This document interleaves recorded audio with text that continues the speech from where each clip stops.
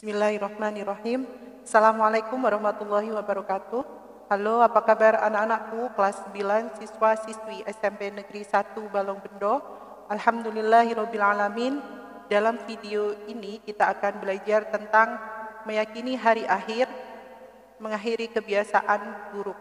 Jadi Ibu harap kalian tetap semangat dalam mencari ilmu dan terus berbuat kebaikan. Kita diperintahkan untuk menanam kebaikan sebanyak-banyaknya, agar kelak di akhirat dapat menuai pahala atas tanaman kebaikan itu. Sesuai dengan pesan Rasulullah Sallallahu Alaihi Wasallam bahwa kehidupan di dunia merupakan ladang untuk menanam. Kalau yang kita tanam adalah kebaikan, kelak di akhirat kita akan menanam kebaikan juga. Sebaliknya, jika kita tanam keburukan, kelak yang kita panen adalah keburukan yang kita perbuat. Jadi mari manfaatkan waktu dengan sebaik-baiknya dan menghentikan kebiasaan buruk untuk mencari kehidupan di akhirat kelak. Baiklah anak-anakku, mari kita mulai untuk belajar bersama dengan materi meyakini hari akhir mengakhiri kebiasaan buruk. Dalam video ini kalian akan mempelajari tentang satu, pengertian iman pada hari akhir. Kemudian yang kedua yaitu tanda-tanda kedatangan hari akhir. Yang ketiga yaitu kiamat sugro dan kiamat kubro. Yang keempat yaitu gambaran peristiwa pada hari akhir.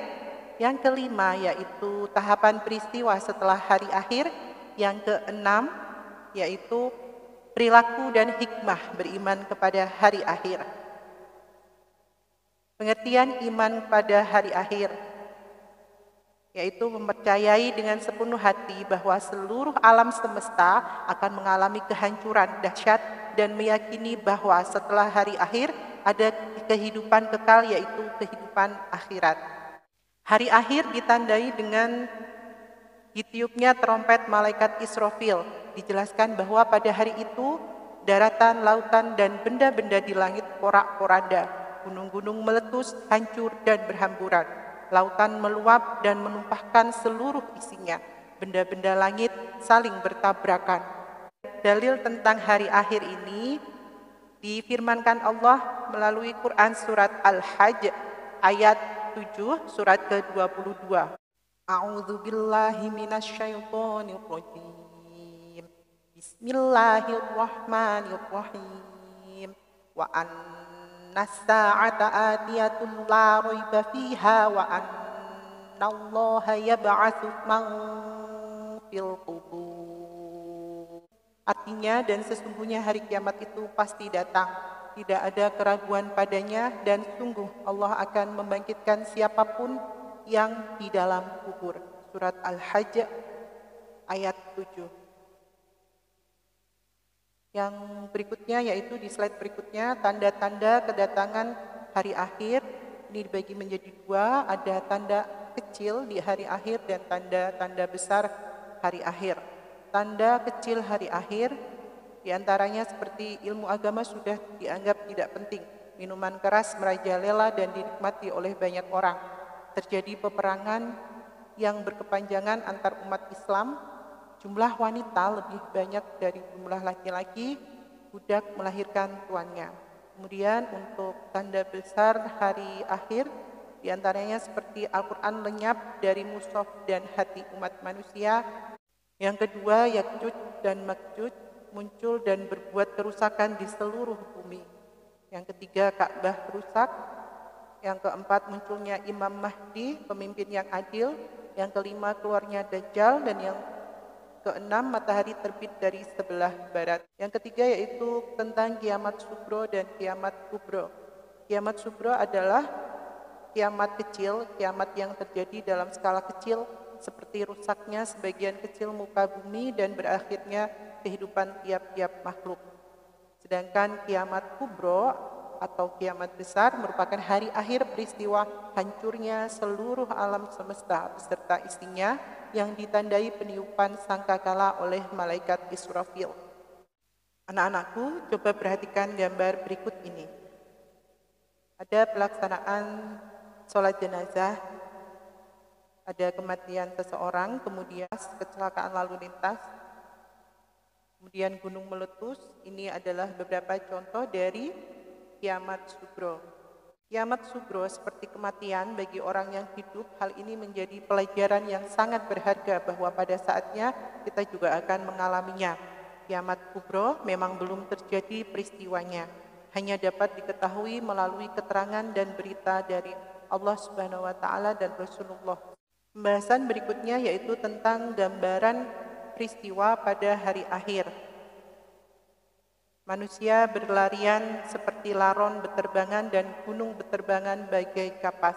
Hal ini seperti dijelaskan dalam firman Allah surat Al-Qari'ah surat ke-101 ayat 4 dan 5. A'udzu billahi minasyaitonir rajim.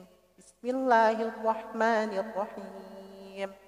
Yauma yakunun nasu kal farashil mabthus wa takunul jibalu kal'ihnil manfush. Artinya pada hari itu manusia seperti laron yang berterbangan dan gunung-gunung seperti bulu yang dihambur-hamburkan. Kemudian ada gambaran berikutnya yaitu gempa yang dahsyat. Hal ini dijelaskan dalam surat Al-Zalzalah ayat 1 dan 2, surat ke-99. Artinya, apabila bumi diguncangkan dengan guncangan yang dahsyat dan bumi telah mengeluarkan beban-beban berat yang dikandungnya. Berikutnya yaitu malaikat Israfil meniup sangkakala semua makhluk akan mati.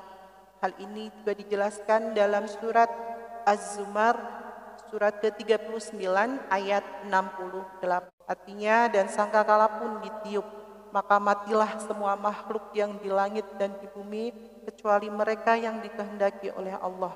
Kemudian ditiup sekali lagi sangkakala itu, maka seketika itu mereka bangun dari kuburnya menunggu keputusan Allah. Gambaran berikutnya yaitu langit terbelah. Hal ini juga disebutkan dalam surat Al-Muzammil surat ke-73 ayat 18. Artinya langit terbelah pada hari itu, janji Allah pasti terlaksana. Setelah peristiwa kiamat yang maha dahsyat itu, semua manusia akan mati dan mengalami proses kehidupan di alam akhirat sebagai berikut. Tahapan peristiwa setelah hari akhir, yang pertama yaitu alam barzah, merupakan batas antara alam dunia dan alam akhirat. Alam penantian semua manusia yang telah meninggal dunia dari masa Nabi Adam hingga hari akhir kelak. Di alam kubur ini manusia akan bertemu, ditanyai dan diperiksa oleh malaikat Munkar dan Nakir tentang segala amal perbuatannya ketika menjalani kehidupan di dunia. Berikutnya yaitu Yaumul Ba'ats atau hari kebangkitan, adalah hari manusia dibangkitkan dari kubur setelah berada di alam barzah yang sudah meninggal, kemudian dibangkitkan oleh Allah Subhanahu wa Ta'ala. Kemudian yang ketiga yaitu Yaumul Hasyr atau Yaumul Mahsyar, yang merupakan hari pengumpulan, adalah hari dikumpulkannya seluruh manusia yang telah dibangkitkan dari alam kubur di sebuah padang yang sangat besar, yang sangat luar bernama Padang Mahsyar. Pada Yaumul Mahsyar, manusia menerima semua catatan amalnya selama hidup di dunia, baik amal buruk atau baik. Seluruhnya tercatat rinci. Orang beriman merasa gembira melihat catatan amalnya, dan sebaliknya orang yang berbuat buruk, berbuat kerusakan di dunia akan menerima catatan amalnya dengan sedih dan penuh penyesalan. Tahapan peristiwa setelah hari akhir berikutnya yaitu Yaumul Mizan dan Yaumul Hisab. Arti kata mizan adalah timbangan. Hisab artinya perhitungan. Kedua kata itu memiliki makna yang hampir sama. Yaumul Mizan adalah hari ditimbangnya seluruh amal baik dan buruk manusia. Yaumul Hisab adalah hari diperhitungkannya seluruh amal perbuatan manusia. Manusia akan menerima balasan berdasarkan keadilan dari Allah. Allah memiliki sifat yang maha adil karena seluruh perbuatan manusia akan diadili. Balasan terhadap amal buruk yang dilakukan ketika hidup di dunia ditimpakan setelah dilakukan penimbangan seberapa berat kejahatan dan keburukan yang telah dilakukan. Kemudian mereka akan mendapatkan balasannya berupa siksaan di neraka. Demikian juga dengan amal kebaikan yang telah dilakukan di kehidupan dunia juga akan mendapatkan pahala yang setimpal. Surga sebagai balasan amal baik, balasan yang memuaskan berupa surga yang di dalamnya penuh dengan kenikmatan. Ungkapan kenikmatan ini juga difirmankan Allah dalam Quran surat Yasin, surat ke-36 ayat 55 sampai 58. Dapat kalian lihat anak-anakku di slide berikut ini, artinya bahwa sesungguhnya para penghuni surga pada hari kebangkitan itu dalam kesibukan, lagi sangat senang. Mereka bersama pasangan-pasangan mereka berada dalam tempat-tempat yang teduh, bersandar di atas dipan-dipan. Bagi mereka di sana ada aneka buah-buahan, dan bagi mereka apa yang mereka minta. Kepada mereka dikatakan salam, sebagai ucapan selamat dari Tuhan yang Maha Penyayang. Dan berikutnya balasan bagi amal buruk, yaitu neraka sebagai balasan amal buruk. Dalam surat Al-Ghasyiyah surat ke-88 ayat 6 dan 7. Bismillahirrahmanirrahim. Laisa lahum ta'amun illa min dhari', la yusmin wa la yughni min ju'. Artinya mereka tiada memperoleh makanan selain dari pohon yang berduri, yang tidak menggembukkan dan tidak menghilangkan lapar. Neraka sebagai balasan amal buruk juga dijelaskan juga dalam surat Al-Waqi'ah surat ke-56 ayat 42-44. Bismillahirrahmanirrahim. Fi samumin wa hamim wa dhillim min yahmumin la baridin wa la karim. Artinya mereka dalam siksaan angin yang sangat panas dan air yang mendidih, dan naungan asap yang hitam, tidak sejuk dan tidak menyenangkan. Pembahasan yang terakhir anak-anakku yaitu perilaku dan hikmah beriman kepada hari akhir. Perilaku beriman pada hari akhir dapat ditunjukkan dengan perbuatan berikut. Bersikap mawas diri itu yang pertama. Yang kedua yaitu gemar mencari ilmu agar bahagia di dunia dan di akhirat. Bahagia di dunia dan di akhirat harus didasari dengan ilmu. Ilmu tersebut akan memudahkan pemiliknya menemukan kehidupan yang baik untuk di dunia dan di akhirat. Tanpa ilmu seseorang akan tersesat. Yang ketiga yaitu bermanfaat bagi orang lain, karena sebaik-baik manusia adalah orang yang paling bermanfaat bagi manusia lainnya. Yang keempat yaitu mampu menundukkan hawa nafsu. Orang yang beriman pada hari akhir akan selalu berusaha mengendalikan hawa nafsunya. Ia merasa takut mengikuti hawa nafsu buruk tersebut.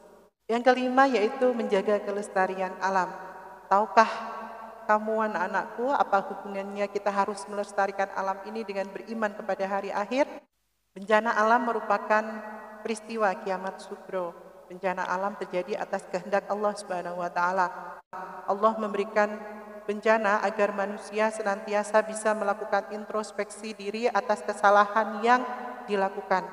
Orang yang beriman kepada hari akhir akan senantiasa menyadari bahwa dirinya merupakan khalifah di muka bumi ini. Maka dia pun memiliki kesadaran untuk selalu menjaga kelestarian alam.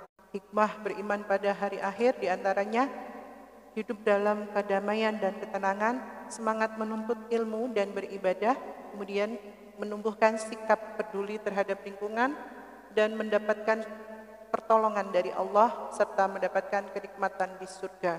Nah, anak-anakku, untuk refleksi setelah kalian melihat video ini, silakan kalian klik link di bawah ini, atau bisa dibuka di deskripsi video ini. Silakan jawab semua soal yang ada dan selamat mengerjakan. Sekian dan terima kasih. Semoga bermanfaat. Assalamualaikum warahmatullahi